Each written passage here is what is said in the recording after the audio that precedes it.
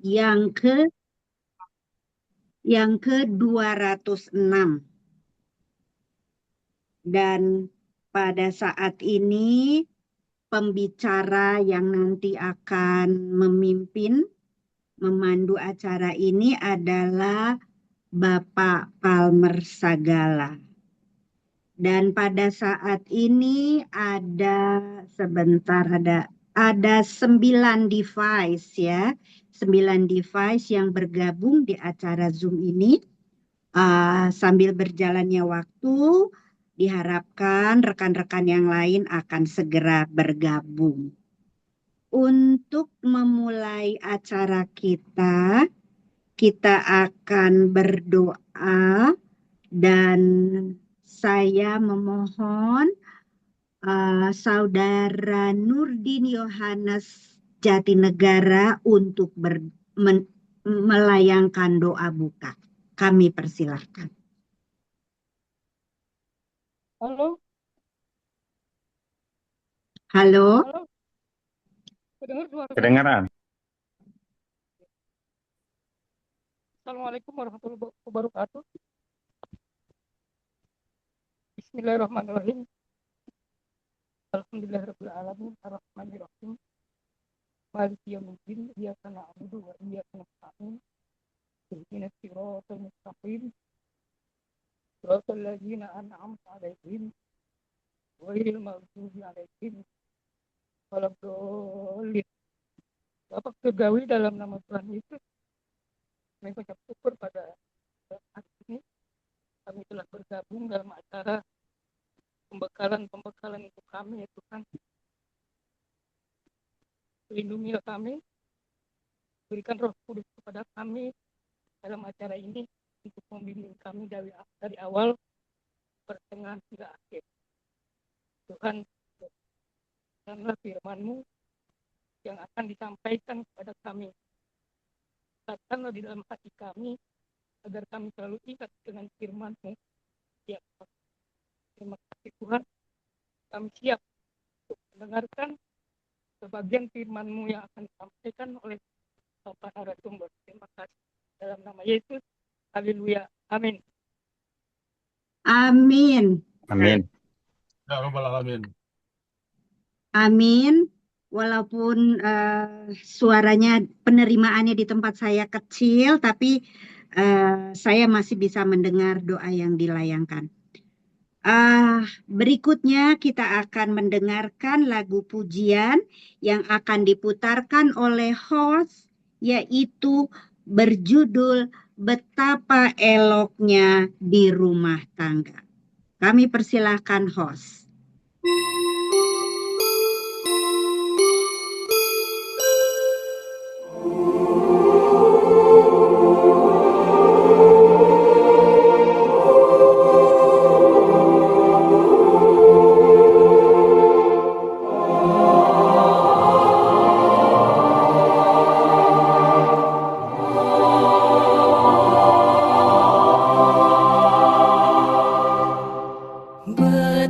Betapalah eloknya di rumah tangga Bila ada kasihnya di rumah tangga. damai dan kelimpahan sini sana senyuman senang sama rasakan di rumah tangga kasih di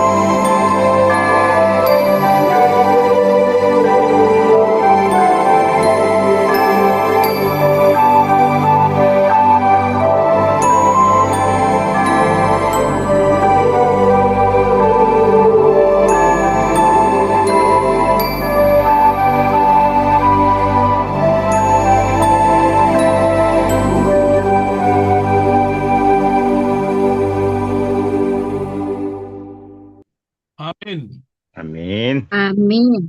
Amin. Terima kasih host untuk pemutaran lagu yang begitu merdu. Pada saat ini, pada malam hari ini, pengkajian firman dan Islamologi malam hari ini berjudul merespon atau menyampaikan kebenaran. Sebuah ulasan terkait bagaimana kita bersikap dan menjelaskan kebenaran-kebenaran Alkitab yang sering menjadi pertanyaan dari saudara sepupu kita umat Islam. Untuk mengetahui hal itu, mari kita menyediakan waktu dan tempat kepada Bapak Palmer Sagala untuk memaparkannya. Waktu dan layar kami persilahkan. Baik, Assalamualaikum warahmatullahi wabarakatuh. Shalom. Waalaikumsalam. Kita tentu berterima kasih kepada Tuhan ya atas kesempatan ini untuk kita boleh berjumpa kembali untuk bersama-sama menyimak apa yang sebenarnya yang menjadi pemikiran, pertanyaan, keingintahuan dari saudara-saudara kita khususnya kaum sepupu atau muslim yang telah sekian lama ya tentu ada dalam pikiran masing-masingnya yang mungkin belum mendapatkan jawaban ya ada terus dalam pikiran sehingga membuat sikap juga dan juga respon mereka menjadi seperti agak lebih jauh dari kebenaran yang kita pahami, miliki.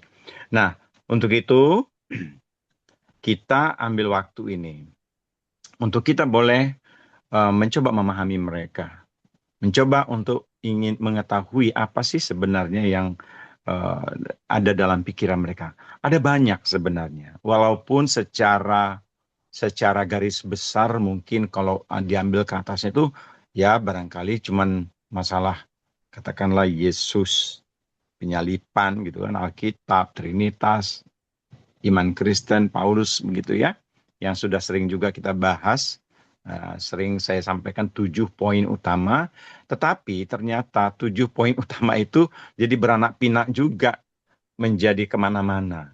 Dan saya dalam 3 tahun terakhir ini telah mengcompile, merespon sekitar hampir 2.200, 2.300 pertanyaan atau pernyataan-pernyataan yang boleh kita katakanlah, ya ini karena salah paham gitu lah ya. Jadi pernyataan itu keluar dan itulah yang ada dalam pikiran kawan-kawan itu semua yang seperti itu. Jadi kan kalau memang sudah seperti itu ya kita harus coba proaktif bahkan untuk mencari jawabannya, memberikan jawabannya. Nah, ini saya coba pelajari dari Facebook. Saya mengambilnya dari Facebook dan saya menggunakan Facebook itu bukan untuk soal banyak yang ini, banyak yang enggak. Tapi saya coba lihat apa sih concern-nya mereka-mereka. Jadi setelah mereka sampaikan itu, kemudian saya respon di situ, dan ternyata banyak juga yang jadi tahu gitu jawaban itu. Nah, artinya kalau mau dibilang menginjil ya menginjil juga gitu kan. Dan merespon, meluruskan, menyampaikan kebenaran, menyampaikan kabar baik, ya itu dia. Kita sedang menginjil. Nah, banyak yang like, ya alhamdulillah. Tetapi yang paling utama adalah banyak yang tahu jadinya. Nah, saya coba ambil dari sekian ribu itu mungkin 10. Ini yang seri yang ke-7 karena sudah pernah juga saya sampaikan sebelumnya ini. Jadi ini kalau boleh dikatakan mungkin yang ke 90 atau 100 lah gitu ya. Tapi yang sekarang ini yang 10 saja saya tampilkan dulu. Mudah-mudahan ini pun bisa kita coba lihat bersama-sama kalau memang ini bisa kita oke, ini layar yang tampilkan ya. Saya tadi coba share screen, tapi Lai aja yang share ya. Oke. Oke, Sepertinya salah baik. sebentar ya. Ya, ya, Tampilannya terlalu maju. ya. Nanti yang saya coba, Lai aja yang tampilkan lah. Enggak saya, nggak apa-apa sih. Oke, nggak apa-apa. Iya. Saya coba. Lai aja, oke. Oke. Ya, ini dia. Jadi, thank you, Lai, thank you. Jadi kita coba memberikan respon. Ya, ini saya sudah respon ya ke di Facebook. Nah, Facebook ini kan bisa dari mana-mana ini kan gitu, dari luar negeri juga. Dan ini sorry kalau malam ini dari 10 itu ada 7 itu dalam bahasa Inggris. Tapi saya coba nanti terjemahkan lagi ke dalam bahasa Indonesia. Intinya adalah orang yang jauh sana pun, yang di luar negeri sana pun, ya hal-hal yang seperti itu juga yang mereka tanyakan. Jadi ya udah kita jawab sekalian. Mudah-mudahan itu menambah kita punya ya wawasan, atau nanti juga teman-teman juga bisa bisa menambahkan jawaban yang memang seharusnya sharing ya. Jadi kita sama-sama jadi tahu juga gitu. Siapa tahu Pak, misalnya Pak Nurdin nanti jawabnya harus begini ya. Silakan aja, enggak masalah. Intinya inilah yang saya bisa sampaikan waktu itu. Baik, ini judulnya merespon meluruskan yang disalahpahami kaum sepupu di Facebook. Dan ini sebenarnya kita sembari kita menyampaikan kebenaran atau kabar baiknya. Next slide. Nah, oke. Jadi orang-orang yang banyak gitu yang berupaya untuk membuat pernyataan, penafsiran yang keliru tentang iman. Ya ini tadi ya, Kristen, ayat Alkitab, Yesus, Paulus. Itu sebenarnya kalau itu yang mereka gunakan, ya mereka juga akan ya menyimpang dari kebenaran, artinya tersesat. Dan bisa mempengaruhi orang lain jadi tersesat. Ya, kita kan tidak mau sebenarnya mereka tersesat. Tapi hendaklah berada di jalan yang benar, jalan yang lurus. Artinya tafsir Alkitab itu juga harus benar gitu ya. Nah ini bisa terjadi karena kurangnya pemahaman terhadap Alkitab ya, apalagi hanya sekedar baca gitu kan, harus juga diteliti. Alkitab itu sendiri bisa menjelaskan kok sebenarnya tentang isi Alkitab itu, yaitu kurang paham tentang Alkitab, Paulus, Yesus, kekristenan, bahkan adanya ini kalau memang sudah tadinya di dalam kebenaran kemudian katakanlah dia beralih kepada agama yang sekarang, kemudian mencoba untuk mempelintir apa yang sebenarnya udah benar, tapi dibengkokkan gitu. Nah ini kita luruskan lah, supaya jangan tersesat secara abadi. Nah, next slide lah. Oke, jadi kita merespon, meluruskan, menyampaikan kabar baik sebenarnya, tanpa harus menyakiti. Karena kita ini ada ayatnya ini kita harus pegang ini. 1 Petrus 3:15, tetapi kuduskanlah Kristus di dalam hatimu sebagai Tuhan dan siap sedialah pada segala waktu, kapan saja ya, untuk memberi pertanggungjawab terhadap kebenaran iman kita kepada tiap-tiap orang yang meminta pertanggungjawab. Jadi apalagi kalau kita udah tahu dia bertanya gitu, waduh, kalau dia bertanya ya kita harus dengan senang hati merespon. Dia membuat pernyataan aja, kita harus respon kalau memang pernyataan itu perlu diluruskan gitu maksud saya ya. Jadi tentang pengharapan yang ada pada kita. Tetapi haruslah dengan lemah lembut dan hormat. Jangan kita ya menista lah, menjelekkan gitu enggak. Itu AMR itu Advent Muslim Relation ya gitu kan. Jadi harus memaintain hubungan baik. Ini seri yang ke-7 yang saya coba paparkan mengenai judul yang sama. Next slide. Ya, ini ayat motivasi bagi kita, beritakanlah firman, siap sedialah, baik atau tidak baik waktunya, nyatakanlah apa yang salah, tegurlah dan nasihatilah dengan segala kesabaran dan pengajaran. Jadi artinya di sini menegur ini artinya menyampaikan kebenaran, menyampaikan yang benar. Yang benar tuh ini loh, sebenarnya begini, mestinya gini gitu ya. Karena akan datang waktunya memang orang tidak dapat lagi menerima ajaran yang sehat. Bahkan kebenaran pun akan dipelintir, kebenaran pun akan sehingga ya ini yang kita kasihan ya. Karena kasih juga kita tidak ingin lebih banyak lagi orang menjadi menyimpang dari kebenaran. Tapi mereka akan mengumpulkan guru-guru menurut kehendak mereka. Nggak tahu kita dari mana mereka dapat itu. Mungkin juga dari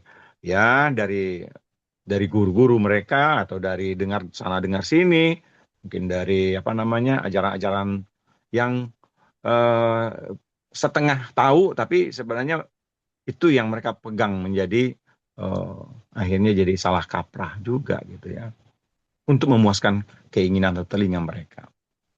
Next slide.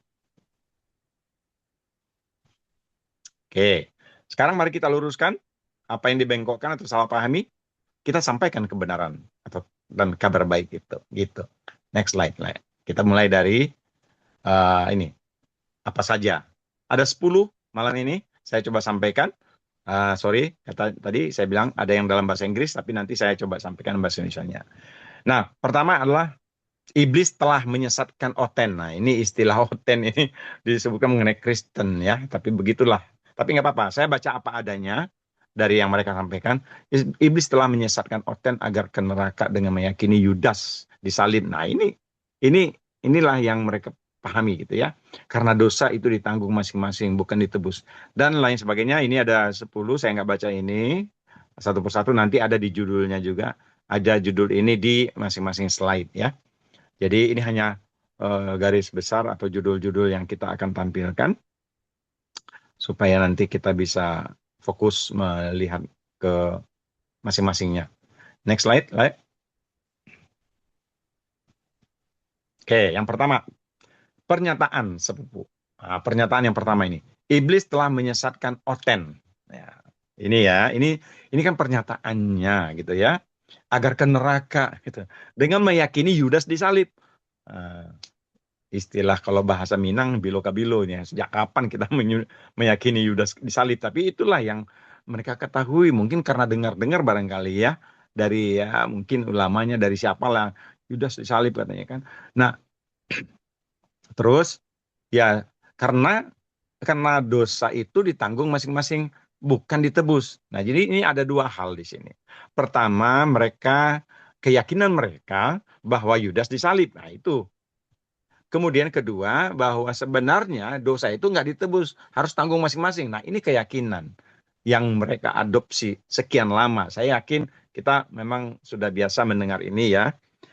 Jadi sekarang kita coba jawab satu persatu ya. Kita sampaikan bahwa yang disalib itu Yesus, bukan Yudas. Ini saya respon di sana seperti itu. Yang bilang Yudas disalib itu karena belum paham Alkitab. Ya, saya katakan karena memang Alkitab itu penuh dengan ucapan bahwa Yesus yang disalib, bukan Yudas. Nggak ada Yudas disalib kan gitu ya.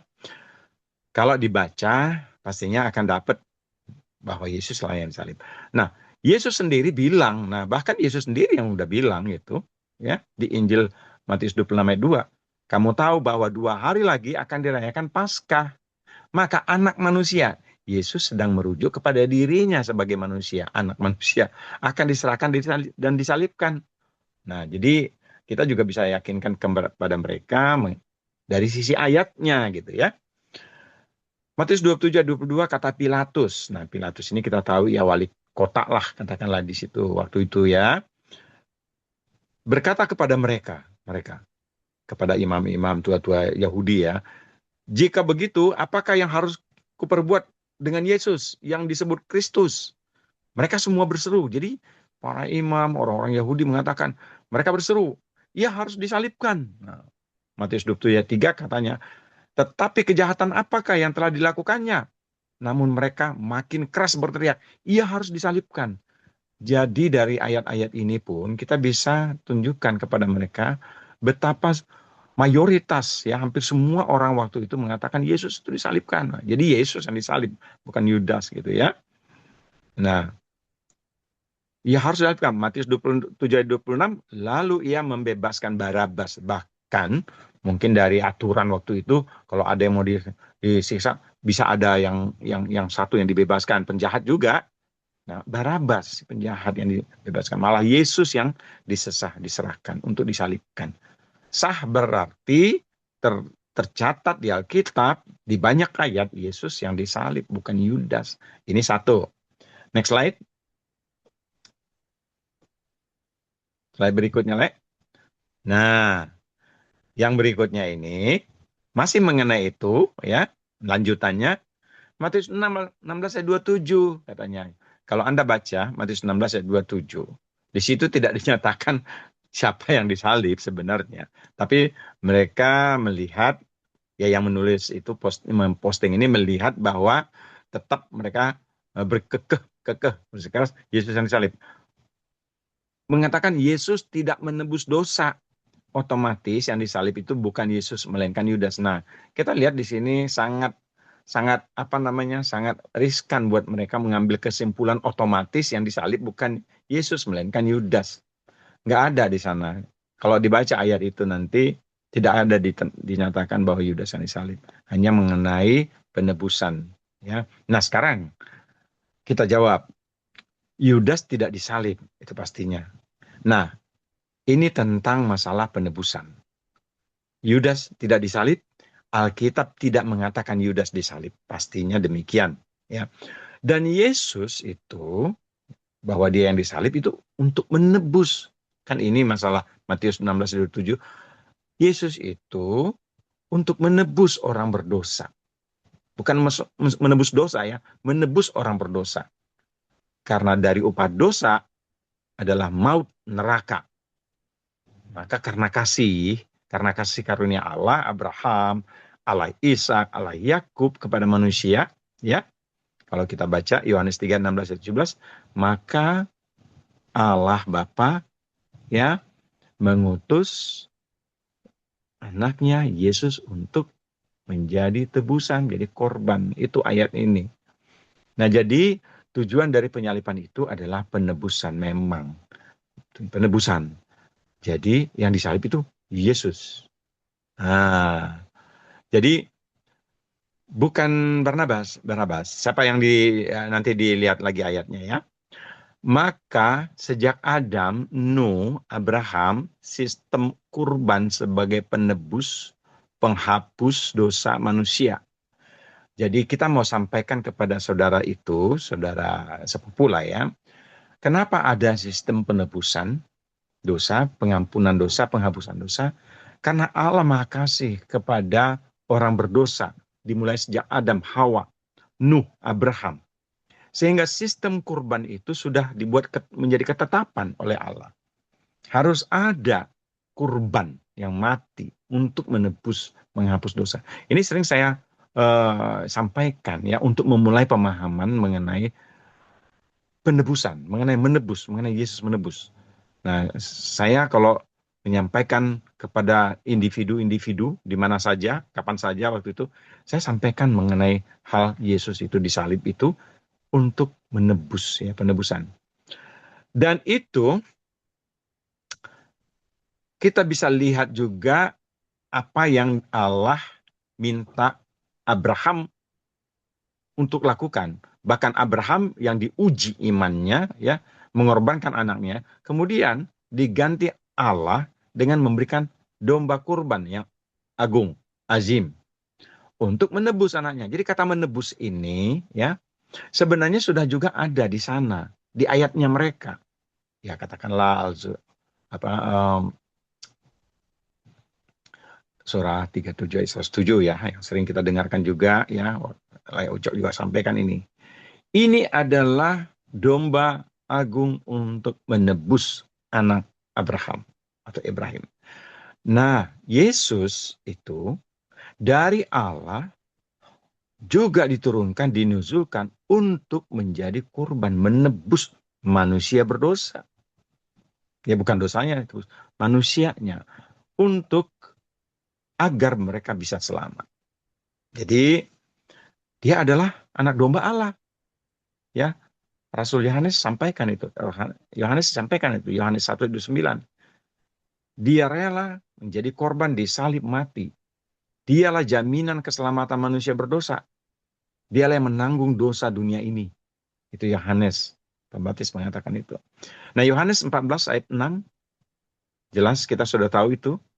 Akulah jalan kebenaran dan hidup. Tidak ada orang yang sampai kepada Bapa kecuali melalui aku. Ya memang dia. Kisah 4 ayat 12 juga sama. Keselamatan itu tidak ada atas nama siapapun di kolong langit ini. Kecuali atas nama dia.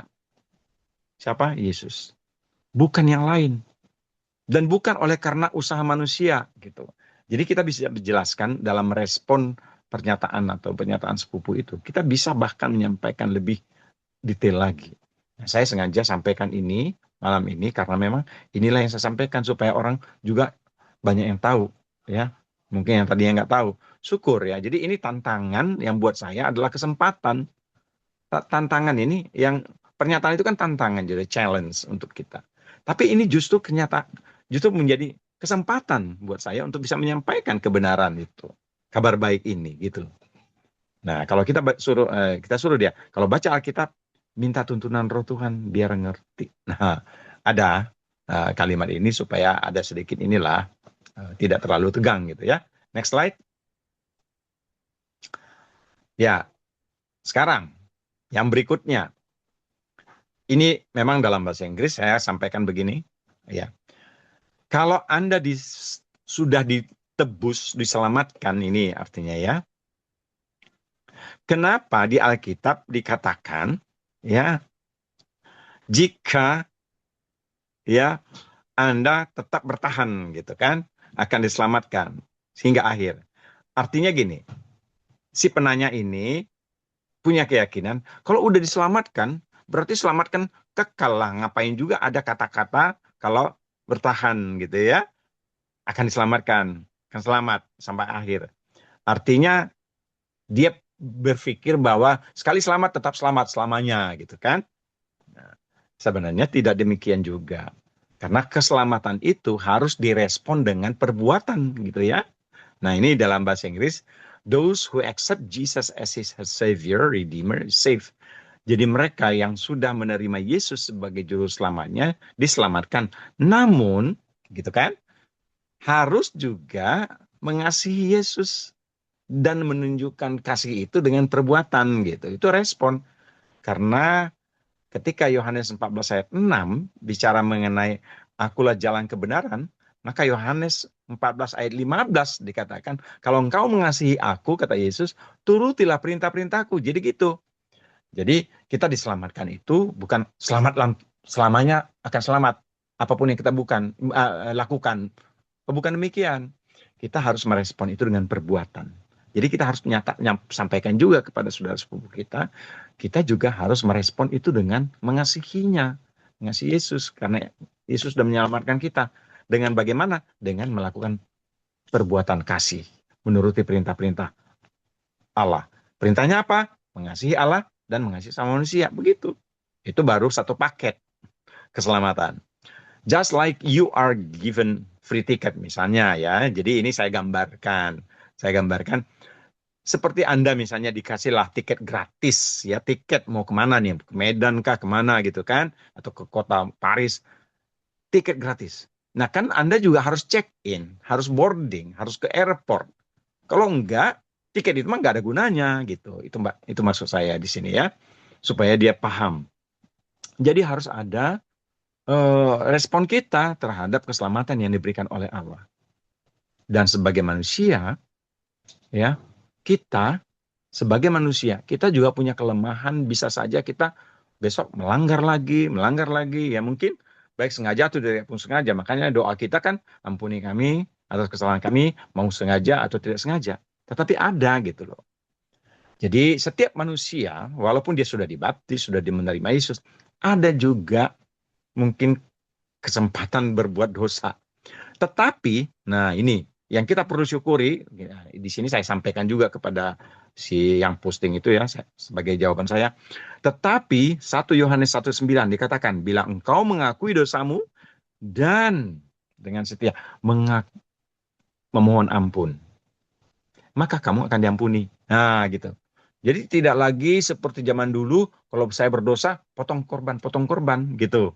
Ya berapa banyak korban yang harus saya potong satu hari, kali 2-3 juta barangkali. Tidak seperti itu. Yesus sudah berkorban. Korban itu korban abadi, berlaku selamanya, jaminan kekal.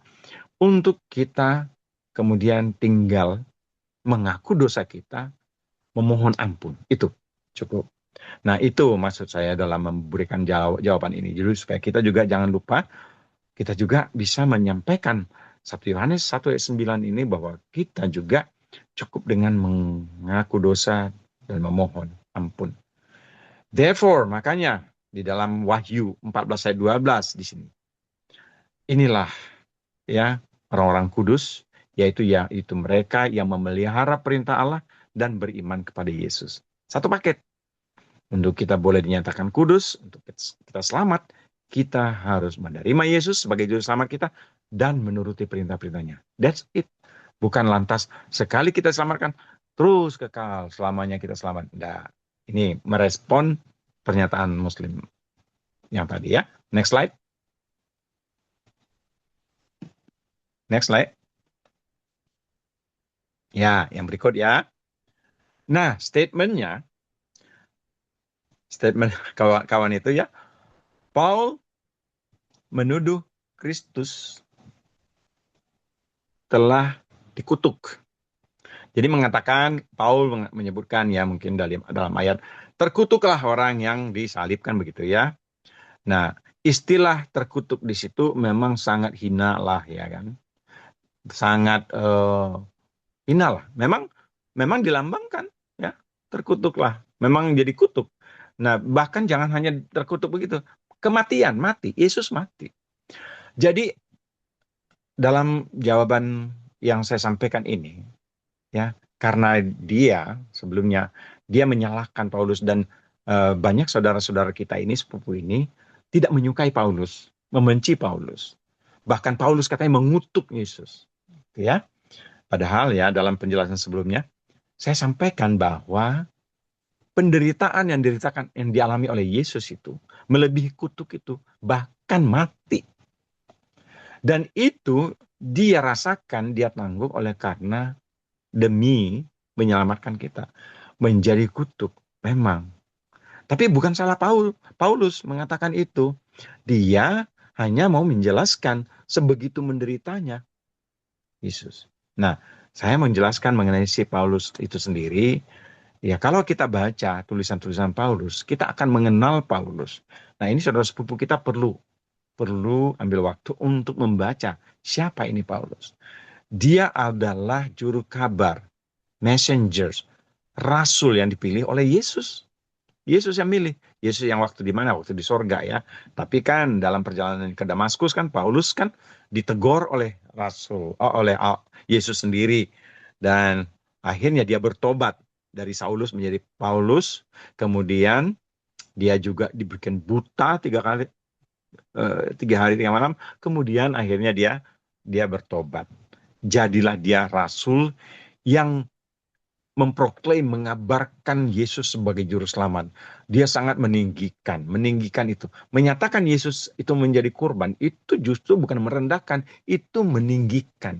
Menyatakan bahwa yang sebenarnya Yesus mengalami itu. Itulah maksudnya. Jadi bukan merendahkan Paulus itu. Bukan merendahkan dia. Tetapi justru menjunjung, meninggikan martabat kasih yang Yesus buktikan itu ya. Putra Allah. Allah ya, who humble himself to become the Son of God, God who humble himself to become a human.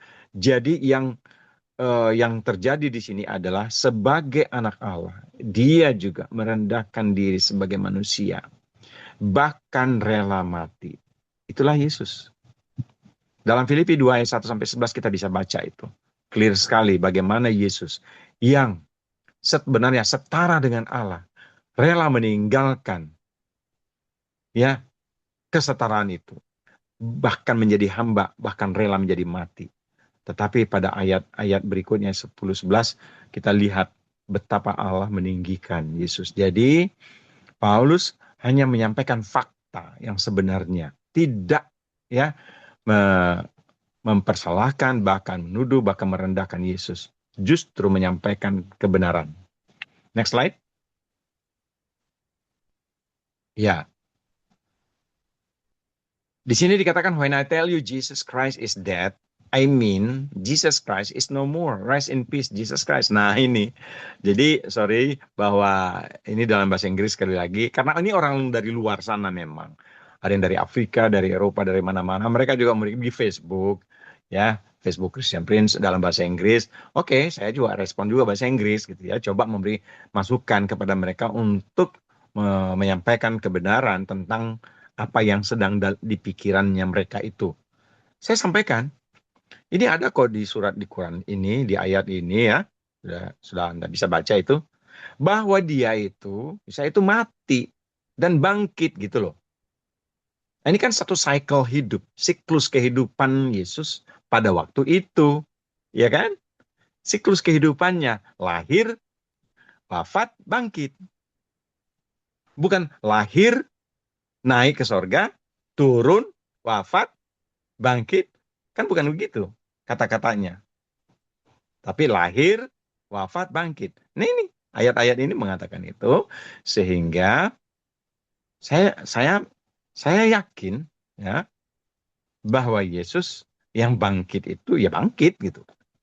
Bangkit itu berarti hidup. Dan kini dia ada di surga. Soal dia ada di surga, kita sama-sama sepakat.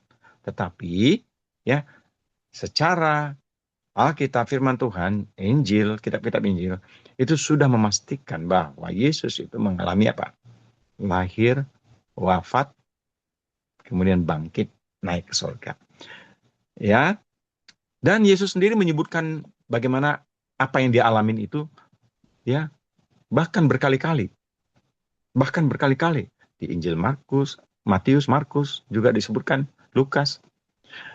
Dia mengatakan bahwa anak manusia itu akan mati dan dibangkitkan pada hari ketiga, on the third day. Kemudian dia naik ke sorga, disaksikan oleh banyak orang. Ya paling enggak para rasul, ya, atau kerabat waktu itu yang ada di sana. Ada banyak orang. Yesus naik ke sorga itu disaksikan oleh banyak orang. Bukan goib begitu saja, nggak diketahui oleh siapa-siapa gitu ya. Ini sekalian menyampaikan kepada mereka tentang kebenaran firman Tuhan itu. Dan sekarang dia ada di sorga. Dia akan turun kembali untuk menjemput umat-umat percaya. Umat-umat yang sudah diselamatkan, yang mengakui dia sebagai juru selamat. Dan buat orang-orang yang tidak percaya, gitu, and let the unbelievers stay in death. Mereka akan mengalami mati. Hingga nanti dibangkitkan setelah 1000 tahun. Umat-umat percaya ini di sorga. Yesus beserta dengan kota yang di sorga, Yerusalem baru, turun.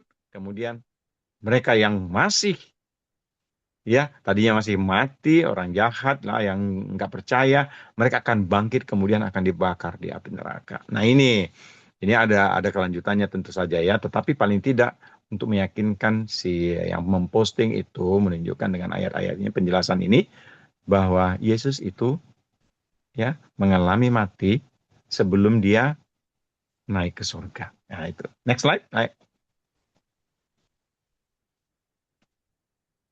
Oke.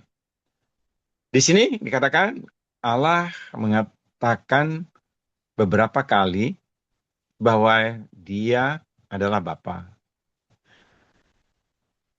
Di mana dia mengatakan dia adalah anak. Nah, jadi ini mungkin ada confusing lah ya. Misunderstanding, jadi confused sendiri ya. Saya jawab, Father is Father. Ya, Bapa ya Bapa, anak ya anak. Itu kan? Son and Father are one. Bahwa anak dan Bapa itu satu. Itu ada di Yohanes 10:30. Ucapan Yesus sendiri mengatakan itu. Dan dia mengatakan, I and my Father are one. Ya, saya dan Bapa adalah satu. Yohanes 14:7, Yesus mengatakan, ya, kalau engkau mengenal aku, kamu mengenal Bapa. Kalau engkau melihat aku, kamu melihat Bapa. Loh, itu artinya apa? Artinya dia dan Bapa adalah satu.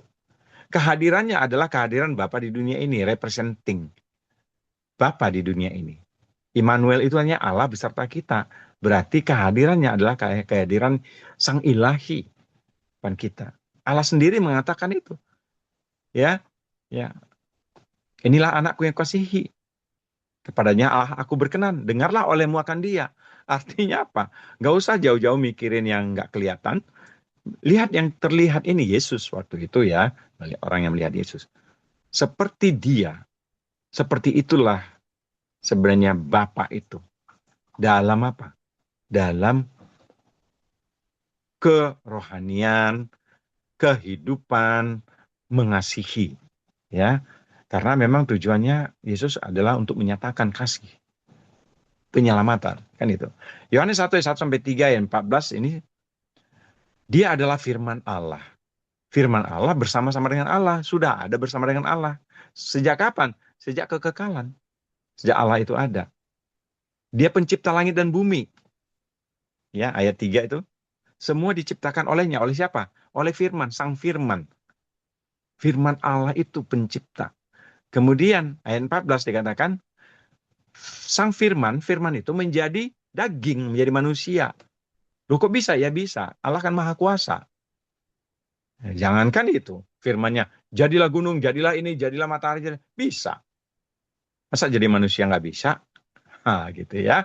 Dari logika itu, menjelaskan seperti itu, akhirnya mengamini juga, gitu ya. Ini yang saya alami.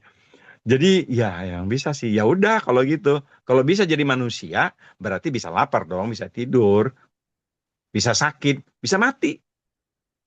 Nah, dan memang untuk itu juga lah dia diutus.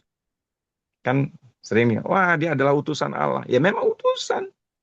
Nggak salah itu, Yohanes 17 ayat 3. Tetapi untuk apa dia diutus? Anda tahu nggak? Nah itu bisa kita tanya balik. Nah kalau nggak tahu ini baca. Ada ayat-ayatnya banyak. Yohanes 3:16 ada, saya sampaikan juga. Kadang-kadang seperti itu menyampaikannya. Jadi tergantung pertanyaannya itu. Di sini kita bisa melihat bagaimana Allah, Yesus itu adalah tidak bisa dipisahkan. Yesus mengatakan dalam Yohanes 8 ayat 42, ya, kalau engkau ya mengenal Allah, kau mengenal aku juga. Karena aku keluar dari Allah. Bapa katanya kan. Jadi sesuatu yang memang tidak terpikirkan tadinya oleh manusia, itu bisa menjadi hal yang ya juga ya gitu ya. Ya iyalah firman Allah, firman saya, ya saya itu kan sebenarnya. Bukan Laithigor itu kan. Firman saya, ya saya juga gitu loh maksudnya. Bahwa firman saya jadi manusia, kalau bisa, ya itu ya berarti wakil saya. Kira-kira gitu nih. Jadi Allah itu maha kuat, dengan maha kuasanya, jangankan lewat seorang perawan dia bisa lahir. Jadi tidak harus firman itu dalam bentuk buku, dan memang tidak ada firman itu dijatuhkan jadi buku, itu nggak ada. Yang ada adalah menjadi manusia. Ini nomor 6, nanti bisa ditambah kurangi kalau perlu. Nomor 7, next slide. Oke. Nah ini bahasa Inggris lagi. Banyak orang Kristen katanya, many Christians yang mengklaim bahwa Quran itu dikopi dari Alkitab. Nah ini mungkin si yang menulis ini sudah mendengarkan seperti itu ya, bahwa itu dikopi katanya, kisahnya sama dari sana gitu.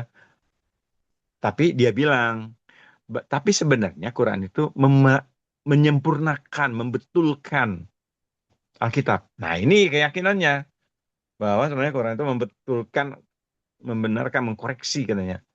Nah ini sebenarnya terlalu cepat membuat kesimpulan itu. Gitu ya. Nah saya jawab. Quran tidak pernah membetulkan. Kan bahasa mengkoreksi, membetulkan Alkitab. Ya.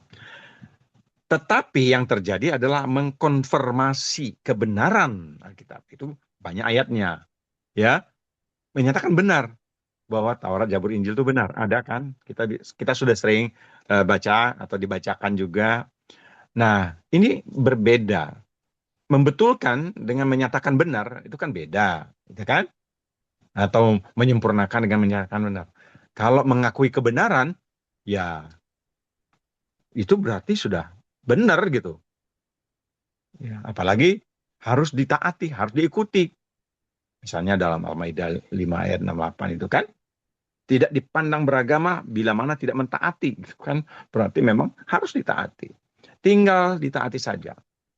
Yang mungkin bisa diterima juga adalah bahwa Allah menugaskan seseorang untuk memberi peringatan kepada orang-orang pada waktu itu. Kan bisa. Ya Allah bisa juga mengutus orang untuk memberikan peringatan supaya mentaati apa yang sudah ada dalam kitab-kitab sebelumnya. Nah, jadi apakah juga tulisan? Ya bisa saja tulisan-tulisan yang kemudian memberi peringatan kepada. Tapi kalau untuk mengkoreksi, membetulkan sepertinya belum pernah bisa diterima kebenarannya karena memang faktanya adalah kebenaran itu sudah ada. Dan seperti itu. Bahkan bukti-bukti manuskrip juga menyatakan bahwa seperti itulah. Ya paling nggak 95% lah ya. Besides, no contextual changes. Di samping itu katanya tidak ada contextual changes. Tidak ada perubahan yang kontekstual dari Alkitab.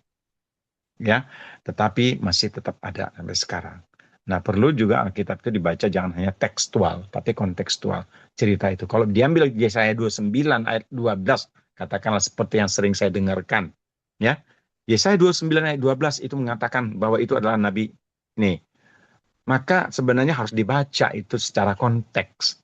Judulnya aja dikatakan, judulnya ya, umat yang buta katanya. Masa mau dibilang seperti itu gitu loh. Jadi coba dilihat konteksnya, baru bisa mengambil kesimpulan. Kalau hanya satu teks, nah nanti salah gitu. Itu menjawab ini. Nomor berikutnya, nomor 8, Le. Nah, menurut Alkitab katanya, according to the Bible, why was Jesus crying in tears, afraid of death? Menurut Alkitab, kenapa Yesus? Jadi mungkin dibaca Alkitab bahwa Yesus, ya, terima kasih lah ya, itu koreksinya ya. Jadi menurut Alkitab katanya ya, kenapa Yesus menangis? Apakah karena dia takut mati? Nah ini kan perlu direspon dong. Jadi kita responnya dengan simple saja. He was not crying because of that. Dia bukan nangis karena akan mati. Bukan, tidak ada. Tetapi oleh karena mengasihi manusia. Kenapa? Ini kejadian waktu ketika Lazarus ya mati ya. Dia karena sayang, karena kasih juga, karena memang merasakanlah bagaimana dia bisa maka sebagai manusia supaya dia bisa merasakan, kan itu tujuannya, bisa merasakan keadaan manusia. Dan apa yang dialami Maria dan Marta waktu itu, sedih, nangis, dia pun ikut jadi nangis. Nah karena nangis, makanya inilah human being-nya, ya, Yesus. Kemudian, Yesus, kemudian dia, then said Jews, kata orang Yahudi itu ya, lihat betapa dia sangat mengasihi, maksudnya Lazarus itu. Jadi orang-orang Yahudi waktu itu juga bisa merasakan juga, wah ini Yesus ini sangat mengasihi dia. Makanya dia menangis karena Lazarus mati, gitu kan? Makanya akhirnya dia datang ke kubur itu, ke gua itu, tempat kubur Lazarus, ya, dan menyuruh memindahkan batu itu. Kemudian dia akhirnya apa? Membangkitkan Lazarus, gitu. Jadi kita bisa melihat hati yang sedih dari Yesus itu bukan karena dia takut mati, bukan menjawab ini, tetapi karena dia mengasihi manusia itu. Dan dia pun mengambil inisiatif untuk menggeser batu itu, suruh geser batu itu, kemudian membangkitkan, menghidupkan kembali Lazarus. Wow, betapa mulianya Yesus, betapa tingginya, betapa berkuasanya dia. Nah, itu kalau kita bisa lihat, mana ada manusia biasa saja bisa membangkitkan orang mati, hanya kuasa Allah. Kuasa Yesus itu yang dia miliki.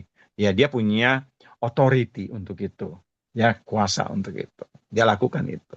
Dan dia bisa berikan kepada para rasul. Dia memberikan kemampuan itu juga kepada para rasul untuk juga membangkitkan. Ada kan ayatnya. Jadi gitu. Jadi sumber kehidupan itu adalah dia. Nah, kalau mau nambahin ayat ya, Yohanes 17 ayat 2. Bahkan dibilang di Yohanes 17 ayat 2. Dia berkuasa memberikan hidup kekal. Coba. Yesus punya kuasa memberikan hidup kekal. Siapa yang bisa? Hanya Ilahi yang bisa. Inilah Yesus. Next, nomor 9. Ya, ini nomor 2 terakhir ya. Coba jawab dengan simple katanya ya. Yesus itu nabi Allah ya. Dan di mana Yesus itu sekarang katanya kita? Ya saya jawab aja. Yesus itu putra Allah ya. Dia ya Allah, putra Allah ya Allah ilahi ya. Dia firman Allah, dia pencipta langit dan bumi. Firman Allah pencipta langit dan bumi. Ini ayatnya tadi juga saya sudah sampaikan. Dia ada sebelum Abraham ada. Ini ayatnya ada. Yohanes 8 ayat 42, ayat 58 juga. Ya. He is the Alpha Omega. Dia adalah yang awal dan yang akhir. Alpha dan Omega. Ya firman Allah, dia yang awal sudah ada dan yang akhir. Artinya tidak berakhir lah gitu ya. Dan di Wahyu 1 ayat 18, 17, 18, 21 ayat 6, dan lain sebagainya. Itu mengatakan bahwa eksistensi daripada Yesus itu sebagai Alfa dan Omega, yang awal dan yang akhir itu sudah ada. Sudah sangat diyakini ada oleh nabinya, oleh rasulnya waktu itu. Masa kita enggak? Rasul aja mengimani itu, meyakini itu, nabi aja meyakini itu, gitu ya. Dia sekarang ada di surga dan akan turun ke dunia ini ya. He is now in heaven and will come to earth with his angels. Dia akan datang bersama dengan malaikatnya, mungkin seluruh malaikat, untuk datang menjemput orang-orang yang sudah diselamatkan, yang sudah percaya. Amin. Ini yang kita juga harapkan. Makanya kita ada di sini. Advent itu kedatangan Yesus. We are Adventist, kita menunggu kedatangan Yesus kedua kali. Kita percaya itu. Mereka juga percaya akan datang Isa Masih Yesus. Tetapi kedatangan Yesus itu untuk menjemput umat-umat yang percaya ingin diselamatkan. Ya. Sampai nanti tiba saatnya untuk orang yang tidak selamat dibinasakan melalui dengan api neraka. Itu yang ke-9 ini. Yang 10 terakhir mungkin, ya. Baik, tunjukkan ini bahasa Indonesia. Alhamdulillah. Tunjukkan satu ayat biblosmu. Nah, ini bahasa, ya udah, itu memang udah jadi umum ya. Bible maksudnya, Alkitabmu. Tunjukkan satu ayat kitabmu atau biblosmu, perkataan Yesus, akulah Tuhan maka sembahlah aku. Ini sering ya, kita dengarkan ya seperti ini sering. Ya, ZN juga sering mengatakan ini. Tapi ya jawabnya sebenarnya simple sih. Simple, nggak perlu bingung-bingung, nggak perlu akademis untuk menjawab ini. Karena apa? Ya nggak perlu juga Yesus harus mengatakan saya Tuhan gitu. Emangnya kalau Yesus mengatakan saya Tuhan terus orang langsung percaya? Ya, percayanya kenapa? Karena kuasa yang diberikan, ya juga karena perkataannya, karena perbuatannya, karena apa? Karena kita mengenal dia, gitu ya. Jadi simple kalau misalnya nggak perlu Yesus mengucapkan itu bahwa dia Tuhan. Tetapi ayat-ayat ini ada banyak ayat Yesus sendiri ya mengakui dia Tuhan, tidak menolak dia disebut Tuhan gitu loh. Ada banyak ayat di Alkitab yang waktu orang para rasul dan orang ya Tuhan, yang dia nggak menolak. Dia ya, gitu ya. Dan memang karena dia juga Tuhan. Nah, dia juga berkuasa di dunia dan di surga. Matius 28 ayat 18, Yesus sendiri mengatakan itu. Kepada aku telah diberikan kuasa di surga dan di dunia. Siapa yang paling berkuasa di dunia ini? Siapa yang berkuasa di surga? Jadi ya dia ilahi gitu. Dia dan Allah Bapa satu.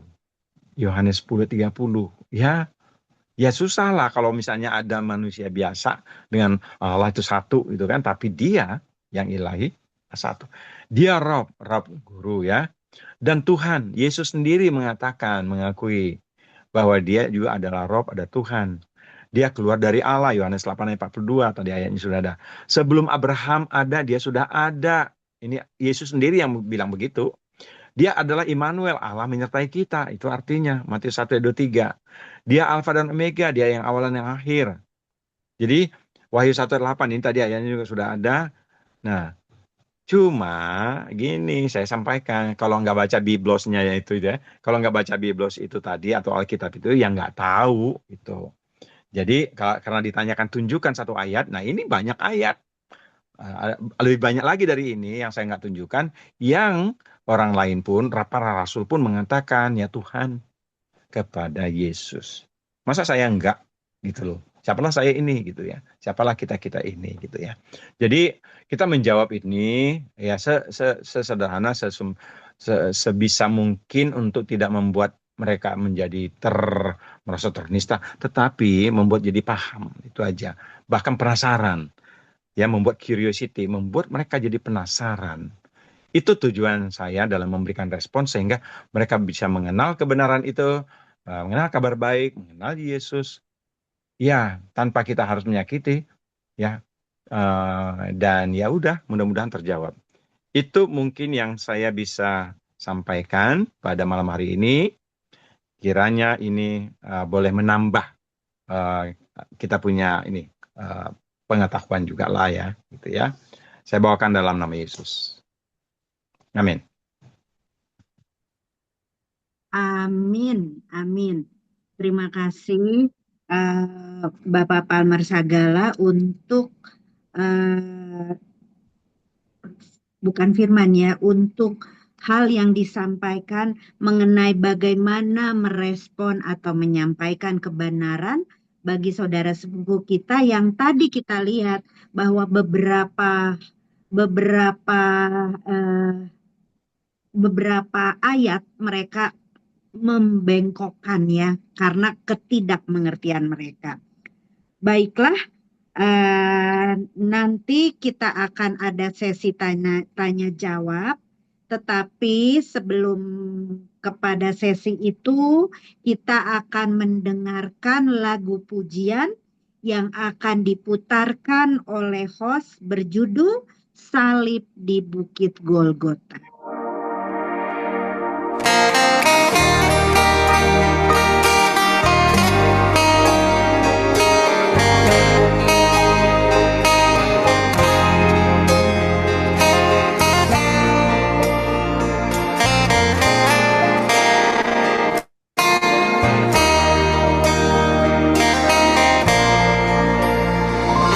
Ada satu salib di Bukit Golgota, jadi lambang siksa dan hina. Pada salib itu tergantunglah Yesus bagi aku yang telah berdosa. Salib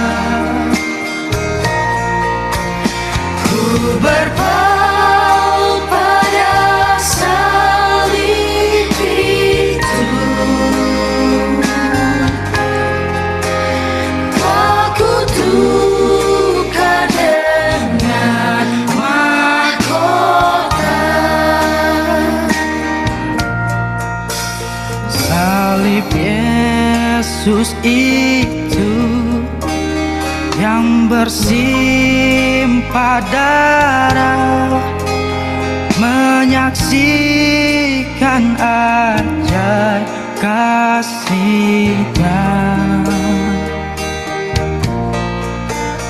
Pada salib itu Yesus telah tersiksa, mati menebus manusia.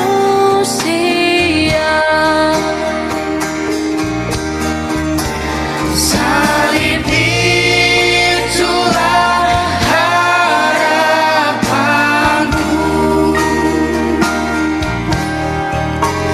hingga aku tiba di surga.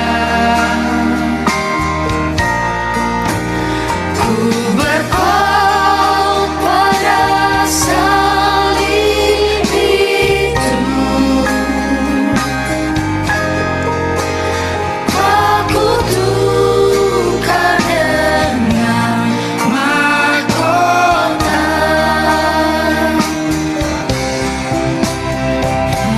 Salib itu aku tetap setia dan sedia menderita hina.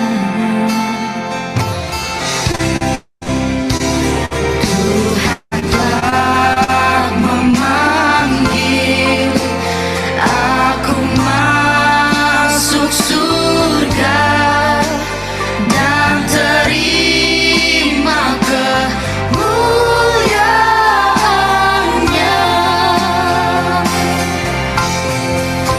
Salib itulah harapanku hingga aku tiba di surga. Ku berpaut pada salib itu, aku tukar dengan mahkota. Salib itulah harapanku hingga aku tiba di surga. Ku berpaut pada salib itu, aku tukar dengan mahkota. Ku berpaut pada salib itu, aku tukar dengan mahkota.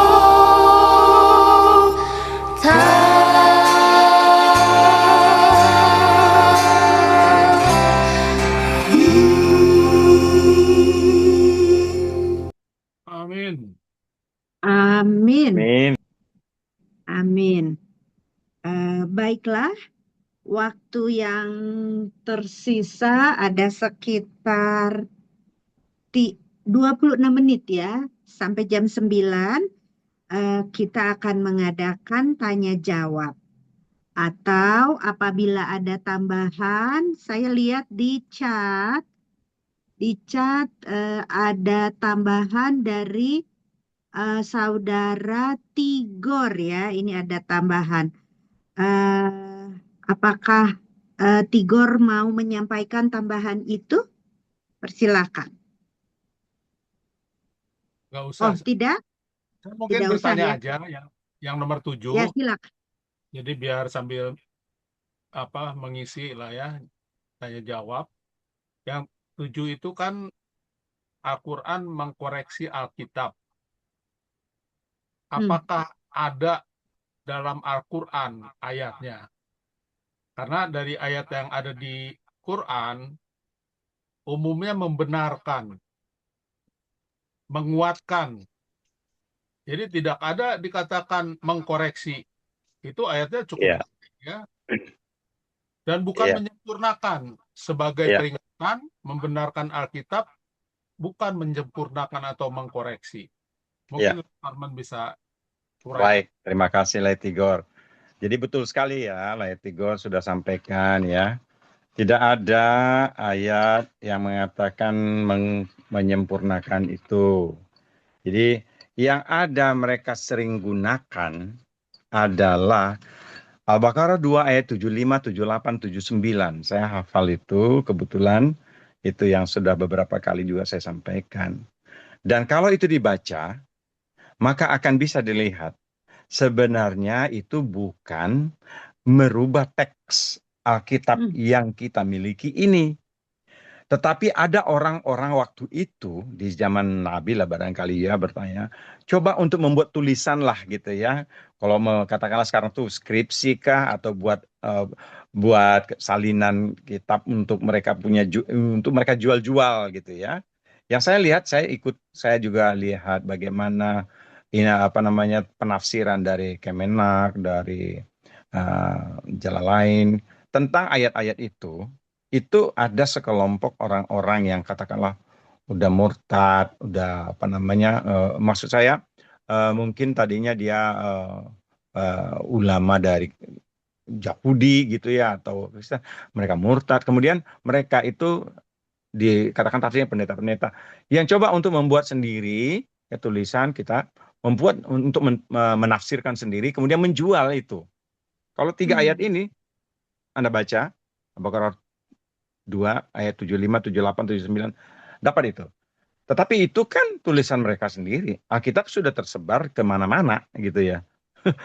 ke penjuru dunia itu kalau kita bicara abad ke-7, maka Alkitab itu sudah ada, sudah kemana-mana itu kan. Dan pastinya akan saling mencocokkan di mana saja Alkitab itu berada, apalagi manuskrip. Wah kita bicara manuskrip lagi ya, itu sumber yang lebih awal lagi kan. Kalau dicocokkan dengan kitab sekarang itu masih 95% ke atas itu masih sama gitu loh. Jadi tidak ada yang roba-roba, cuman mungkin ada yang salah tafsir, di tafsir ini dan lain sebagainya, dibuat tulisan, dijual-jual barangkali. Itu yang ada. Jadi yang lain, ayat-ayat seperti ayat Igor sampaikan tadi, dan juga yang saya sudah sampaikan secara naratif tadi, itu justru membenarkan, menyatakan benar gitu. Bahkan disuruh Nabi itu membaca, mengingatkan kepada orang membaca kitab sebelumnya gitu. Bahkan kalau nggak mentaati, itu tidak dipandang beragama gitu. Artinya saya semakin yakin bahwa setelah saya baca itu ayat-ayat ini, semakin yakin bahwa Alkitab itu benar. Kita tinggal ngelakuin atau enggak, itu aja. Kalau mempleset-plesetkan ya itulah yang sedang kita bahas ini kan, ada aja gitu ya. Itu mungkin yang saya bisa sampaikan, Laitigor. Ya, terima kasih. Oke, terima kasih Bapak Palmer Sagala. Berarti sebenarnya bukan merubah tapi mendukung ya. Iya, mendukung, menyatakan benar. Menyatakan Mengkonfirmasi iya. kebenaran. Membenarkan itu maksudnya mengkonfirmasi Membenarkan. kebenaran. Iya. Dan tidak merubah sama sekali ya. Enggak. Oke. Apakah ada pertanyaan yang lain? Di sini saya lihat bertambah ya, jadi 14. Apakah ada pertanyaan yang lain yang bisa disampaikan pada malam hari ini? Mungkin, atau ada tambahan lain tadi ayat-ayat, kebetulan saya sempat keluar. Bisa tambahkan. Jadi Silakan. memang kalau yang dimaksud merubah itu memang ada ya, misalkan bukan merubah kitabnya, tapi merubah ajaran. Ya. Jadi kalau kita lihat merubah ajaran kayak makanan haram menjadi halal. Padahal di Alkitab jelas itu masih tertulis bahwa itu haram. Kemudian hari Sabtu dirubah ke hari Minggu. Minggu. Tapi kitabnya tetap Sabat, hari ke-7. Nah, itu dia. Dan Al-Quran pun mengajarkan hari Sabtu. Iya, Tidak pernah mengajarkan hari Jumat. 2 ayat 65 bisa dibaca. Jadi kalau kita baca Quran secara hati-hati dari awal hingga ujung, jadi Muhammad itu tidak mengajarkan ajaran baru. Dia tidak membawa Islam. Dia mengajarkan tauhid Memberi atau peringatan. ya, karena banyak Tuhan-Tuhan ya berhala. Jadi ajarannya tauhid bukan Islam. Nah, tapi karena ada surat Al-Maidah 5 ayat 3, Al-Maidah itu mengenai makanan. Tapi ada disisipkan di situ. Kujadikan Islam sebagai agamamu. Padahal maksudnya itu gaya hidup, din. Jadi Arab ini memiliki kosakata terbanyak di dunia. Jadi satu kata itu bisa ada arti 50 atau 20 arti. Jadi kujadikan Islam agamamu bisa artinya kujadikan Islam sebagai way of life atau gaya hidupmu. Jadi gaya hidup berserah kepada Tuhan. Dan kusempurnakan gaya hidupmu. Jadi din bukan agamamu. Kan. Jadi aku ridai Islam sebagai agamamu. Jadi bukan kusempurnakan. Sebentar saya baca ya. Jadi diharamkan bagimu memakan bangkai, darah, daging babi, hewan, dan lain-lain ya, mengenai makanan. Pada paragraf terakhir, ini sepertiganya ya. Pada hari ini, telah aku sempurnakan agamamu untukmu, dan aku cukupkan nikmatku bagimu, dan telah aku ridhoi Islam sebagai agamamu. Kemudian penutupnya, tetapi barang siapa terpaksa karena lapar, bukan karena ingin berbuat dosa, maka sungguhnya Allah Maha Pengampun dan Penyayang. Jadi ayat ini sebenarnya berbicara mengenai makanan ya. Jadi pada saat itu mereka menyerang Ka'bah, kemudian ada yang memakan bangkai onta, nah itu dipermasalahkan, ditanyakanlah kepada Nabi. Karena waktu berperang kan susah cari makanan. Nah ayat ini pun turun, dikatakan pada hari ini orang-orang kafir telah putus asa untuk mengalahkan agamamu. Sebab itu jangan kamu takut kepada mereka, tetapi takutlah kepadaku. Nah ini Ka'bah dikuasain. Jadi yang disempurnakan gaya hidupnya itu adalah rukun Islam, yaitu naik haji. Karena selama 22 tahun ibadah haji nggak bisa dilakukan ya. Syahadat, puasa, zakat, apalagi satu lagi sholat, sama ibadah haji. Jadi selama mereka melakukan ajaran tauhid ya, hanya ibadah haji yang tidak bisa dilakukan. Setelah Ka'bah dikuasai, barulah ibadah haji terlaksana. Turunlah surat ini. Pada hari ini telah kusempurnakan agamamu dan telah cukupkan nikmatku. Aku ridai Islam sebagai agamamu. Dan kalau kita pelajari, bendera Muhammad itu tulisannya bukan Islam, tapi la ilaha illallah. Jadi tauhid. Jadi sampai sekarang pun saya belum menemukan ya secara historikal kapan agama Islam dicanangkan ya. Jadi bendera Islam pun bukan tulisannya Islam, tulisannya tauhid. Dan Quran itu dikatakan tidak membawa ajaran baru jadinya. Nah, ini yang perlu kita perdalami, bahwa sebenarnya ajaran Muhammad itu ajaran Taurat, nggak jauh dengan kekristenan. Hanya di kemudian hari makin berkembang ya. Ya. Ya, terima kasih. Terima kasih untuk tambahannya, Saudara Tigor Panggabean. eh, makin banyak yang kita tahu tentang ajaran agama Islam itu adalah semakin baik ya. Apabila ada pertanyaan atau tambahan Ya. atas materi yang tadi disampaikan oleh Bapak Palmer Sagala, Halo, kami halo, Ya, Pak Iya. Nurdin, halo. silakan. Oh iya, saya ingin menambahkan aja Pak. Ya, silakan. Di silakan. Al-Quran tidak ada keterangan untuk menyempurnakan Alkitab. Tetapi menurut saya bukan disempurnakan, tetapi diringkaskan. Hmm. Contohnya, penciptaan langit dan bumi 6 masa. Kalau Alkitab diuraikan satu persatu. Tetapi Iya, ya. kalau Al-Quran, huwallazi khalaqas samawati wal ard wa ma bainahum fi sittati ayyam. Hmm. Dialah Allah yang menciptakan langit dan bumi beserta isinya. 6 masa gitu. Jadi kalau Alkitab kurang lebih 32 ayat, kalau Al-Quran cuma 1 ayat. Jadi ringkas gitu. Jadi siapa yang bisa menyempurnakan firman? Tidak ada manusia. Amin. Jadi kalau ada yang mengatakan bahwa Al-Quran itu menyempurnakan Alkitab, itu termasuk orang surat Al-Baqarah ayat 2, surat Al-Baqarah ayat 78. 8. Itu dia, Pak. Jadi ya, kalau saya lihat di grup AMR Pak Pramer ini banyak sekali pertanyaan-pertanyaan ya.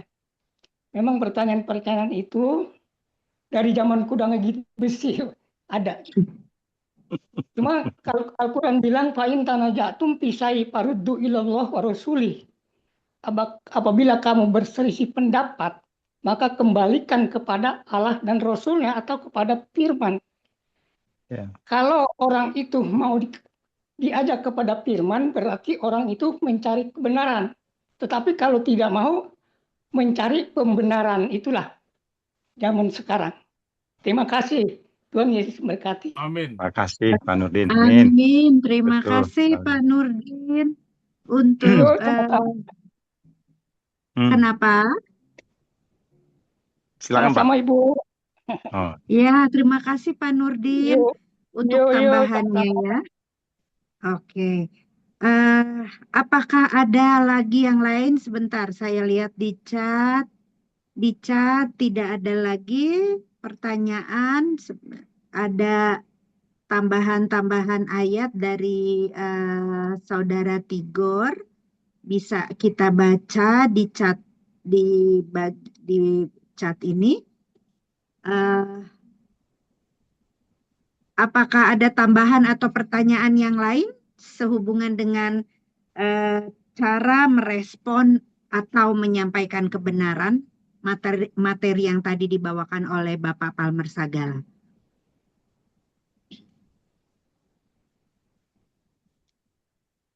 Mungkin ditambahkan juga ya mengenai orang yang menggantikan Yesus disalib. Oh, Yudas ya? Nah, jadi Oke. ada 2 versi kalau secara tertulis, yaitu Injil Barnabas. Ini termasuk Injil palsu ya. Ini tulisannya dari bahasa Spanyol. Ada di abad ke-14. Dan umat Islam pun ini membantah karena isinya banyak bertentangan dengan Quran. Injil Barnabas. Memang di situ dikatakan Yudas yang disalib.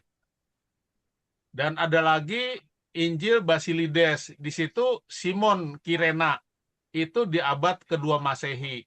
Jadi sebelum Islam muncul, sudah ada ajaran ini. Ajaran bahwa Yesus tidak disalibkan.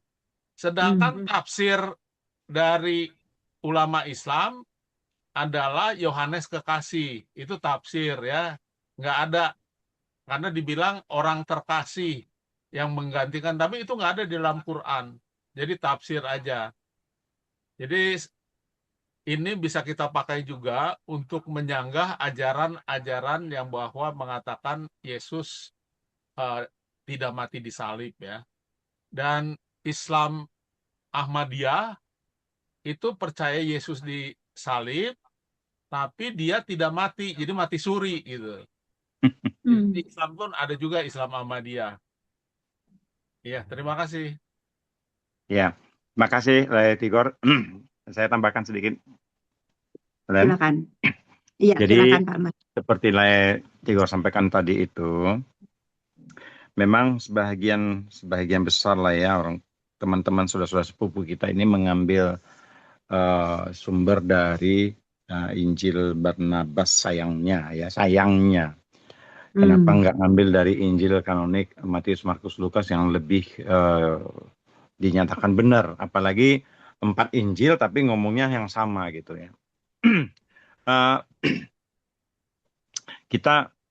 Kita ingin menyadari bahwa ini salah satu dari upaya, kan gitu ya, upaya untuk menutupi kebenaran juga.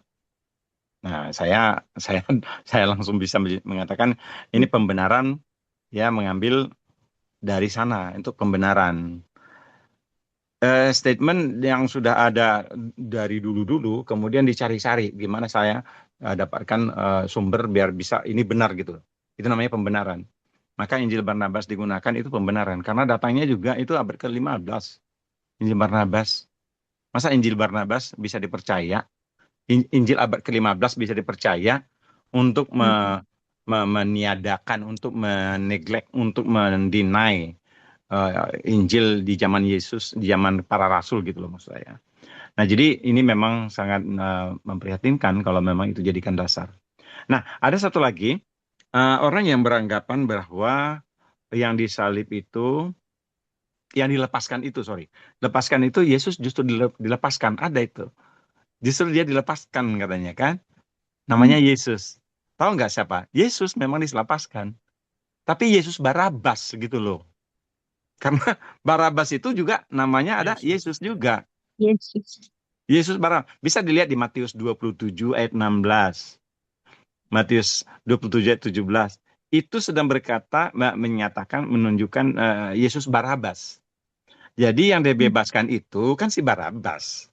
Nah, namanya Yesus. Jadi siapa tahu ini juga menjadi hal yang membuat orang jadi, wah Yesus dibebaskan gitu, lepaskan, nggak jadi salib. Bahkan yang salib itu yang Simon lah katanya, yang mikul salib Yesus itu juga jadi salib gitu kan, atau yang Yudas lah, yang muridnya lah katanya. Pastinya yang bisa dipercaya adalah Injil yang ada di Alkitab, yang sudah kita juga pahami sebagai Injil yang benar gitu ya, bahwa Yesus disalib, Yudas tidak disalib tetapi gantung diri bunuh diri mas saya, dan jatuh perutnya pecah ke tanah, itu ada. Jadi bukan disalib. Makasih, nambahin aja.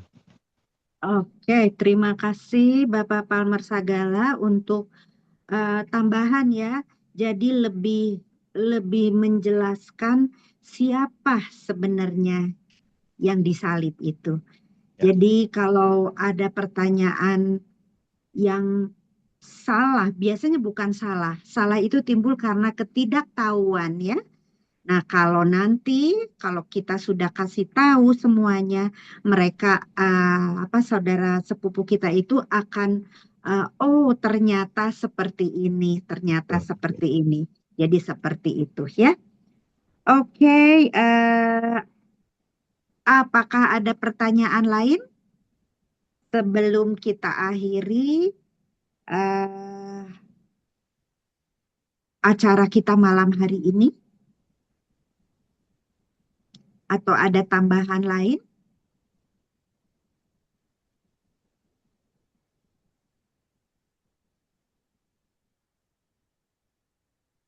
Saya ada posting ayat di chatroom ya, mengenai kedatangan Yesus atau kedatangan anak manusia. Itu ditulis di Al-Fajr ya, Quran surat 89 ayat 22 23. Dan datanglah Tuhanmu dan malaikat baris berbaris. Dan pada hari itu diperlihatkan neraka jahanam. Pada hari itu sadarlah manusia, tetapi tidak berguna lagi baginya kesadaran itu. Jadi ayat ini sebenarnya sesuai dengan apa yang ditulis di Injil Markus dan Kitab Wahyu ya.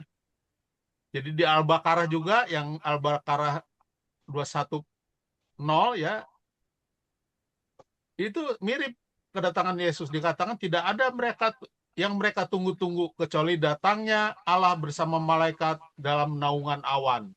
Sedangkan perkara mereka telah diputuskan, dan kepada Allah lah segala perkara dikembalikan. Jadi di Injil Matius itu dikatakan pada waktu itu orang akan melihat anak manusia datang dalam awan-awan dengan segala kekuasaan dan kemuliaannya. Dan pada waktu itu pula ia akan menyuruh keluar malaikat-malaikatnya dan akan mengumpulkan orang-orang pilihannya dari 4 penjuru bumi, di ujung bumi sampai ke ujung langit. Kemudian Matius 16 ayat 27, sebab anak manusia akan datang dalam kemuliaan Bapanya diiringi malaikat-malaikatnya. Pada waktu itu ia akan membalas setiap orang menurut perbuatannya.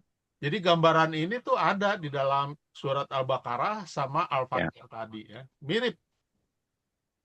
Tapi mereka menerjemahkan ini yang datang itu nanti kitab-kitab Quran ya, tapi susah menjelaskan mereka pun tafsirnya. Amin. Betul. Iya. Terima kasih Pak Tigor Panggabean untuk masukannya.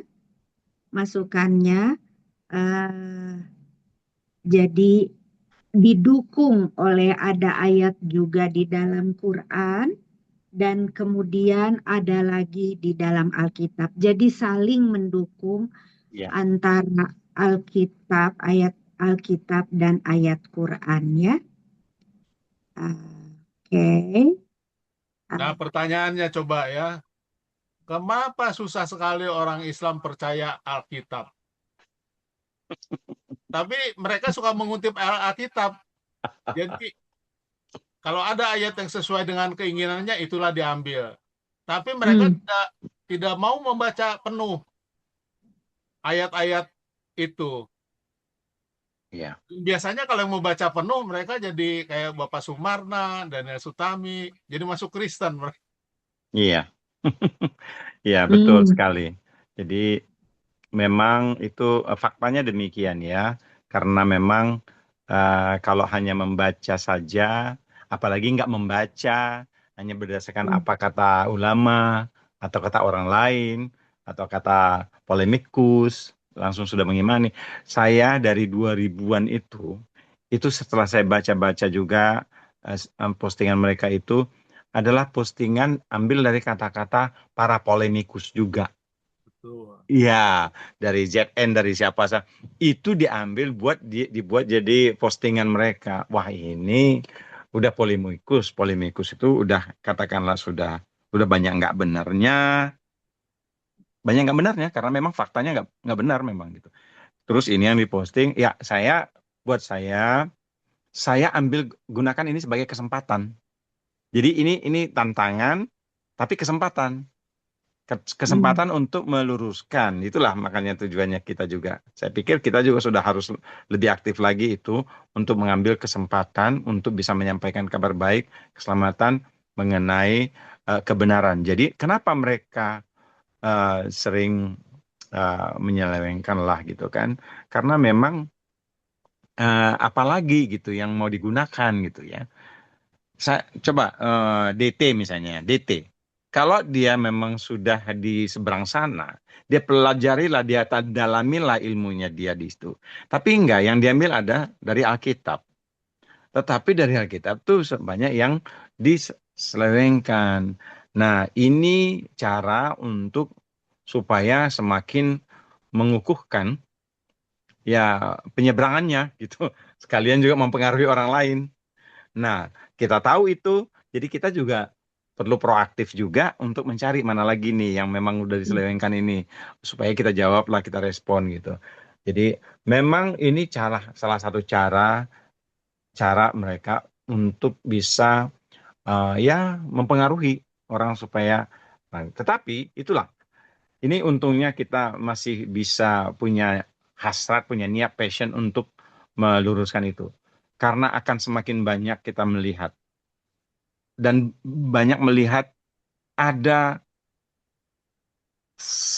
sisi-sisi yang kita bisa isi dengan kebenaran itu sendiri. Jangan membuat mereka terus-menerus dipengaruhi oleh itu tadi, oleh keinginan menyelewengkan, keinginan memplesetkan dan lain sebagainya. Kita coba pengaruhi, karena akhirnya sebagian ya orang akhirnya, oh gitu, gitu toh. Jadi penasaran, jadi curious. Akhirnya mereka jadi baca sendiri, belajar sendiri. Mudah-mudahan dengan doa kita, Roh Kudus akan mempengaruhi, memberikan kepada mereka, menunjukkan kepada mereka, menuntun mereka kepada kebenaran itu sendiri. Itu yang bisa saya berikan sebagai komen di sana. Amin. Terima kasih. Terima kasih Pak Palmer untuk tambahan dan masukannya. Kita berharap Roh Suci akan bekerja di dalam hati orang yang membaca, ya. Ya. Jadi mereka lebih banyak membaca. Jadi apa yang sudah bengkok atau tidak sesuai dengan Kebenaran. yang seharusnya bisa menjadi benar hanya karena mereka membaca, ya. Ya. Karena kalau dikasih tahu juga kayak Tigor tadi bilang, banyak yang enggak itu ya, banyak yang susah. Jadi lebih baik mereka membaca sendiri, mengetahui sendiri, dan akhirnya mengerti. Seperti itu ya. Baiklah, masih ada pertanyaan? Apa sudah selesai di sini? Kalau belum ada yang memberi tambahan, Kenapa? saya tambahkan juga. Baik, silakan. Dan memang Silakan. ya, karena saya hidup dari kecil di lingkungan orang Muslim, jadi memang ada ustadz-ustadz yang mengharamkan membaca Alkitab. Padahal nggak ada di dalam Al-Quran. Jadi diharamkan itu membaca Alkitab, megang Alkitab. Padahal ayatnya nggak ada itu. Dan salah satu kelemahan orang Islam, mereka tidak boleh membaca Quran sendiri. Kalau kita kan baca Alkitab sendiri, boleh, dianjurkan, berdoa dahulu. Kalau mereka nggak boleh. Jadi kalau mau baca Al-Quran, harus ada pendampingnya. Mesti ada seorang guru. Dan guru itu yang berguru. Jadi sanadnya atau alirannya itu jelas gitu. Agar tidak salah tafsir. Nah itu jadi salah satunya kenapa 60% umat Islam di Indonesia itu buta Al-Quran.